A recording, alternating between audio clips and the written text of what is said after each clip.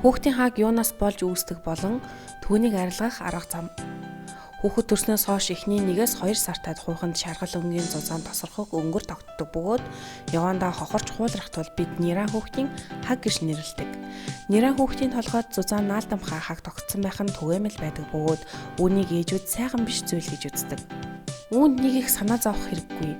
Хаг бол ямар ч гэм хоргүй энэ нь тосны булчирхай зохих ёсоор ажиллаж эхлэх хүртэл тогтоод алга болно. Хэрв та хаг унахыг хүлээхгүй гэвэл тэр хэсэгт нь нэлэх хүүхдийн тос оливын тост түрхээд 1 цаг орчим байлгаад самаар аяархан зөөлөн самнаж хагийг унгаарай. Дараа нь толгойг бүлийн усаар угааж болно. Харин ангаах ухаанд үүнийг тосорхойг дерматит гэнэ. Өнөөдрийг болтол хүүхдийн ангаах ухаанд энэхүү эмгэгийн шалтгааныг бүрэн тайлаагүй боловч дараах 2 нөхцөл байдал нөлөөлнө хэмээн үздэг байна.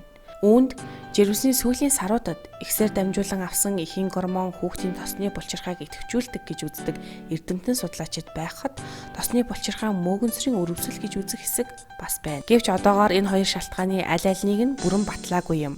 Сүүлийн жилүүдэд нира хүүхдүүд хагдахын ихслэх хэмээн барууны хэвлэлүүд бичиж байна. Ямар ч байсан манай зарим нэг хэвлэл хүүхдийнхээ толгойг угаахгүй байснаас зулаан хэсэг бохирдож дагтаршсан хаг үүсдэг хэмээн бичсэн байх нь огтоос үндэслэлгүй болно. Хаг нь хүүхдэд захтанах зулаагаараа амьсгалахгүйгээс хүчил төрчийн дутагдалд орох зэргээр ямар нэг зовир өгдөггүй. Эрүүл мэндэд нь сөрөг нөлөө үзүүлдэггүй. Ямар нэг эмчилгээгүй ойролцоогоор 6 сартад үлдэцгүй зүгээр болдог гэдгийг мэдвэл зохино. Зарим хүүхдэд зөвхөн хуйх биш түүнээс гадна хөмсөг, хамрын угалт зэрэг мөн тосорхойг хайрц тогтох нь бий. Түүнчлэн чихний ар хүзүү сууг, цавны нуглаасууд улааж өрөвсөх нь хавсарч тохиолддог.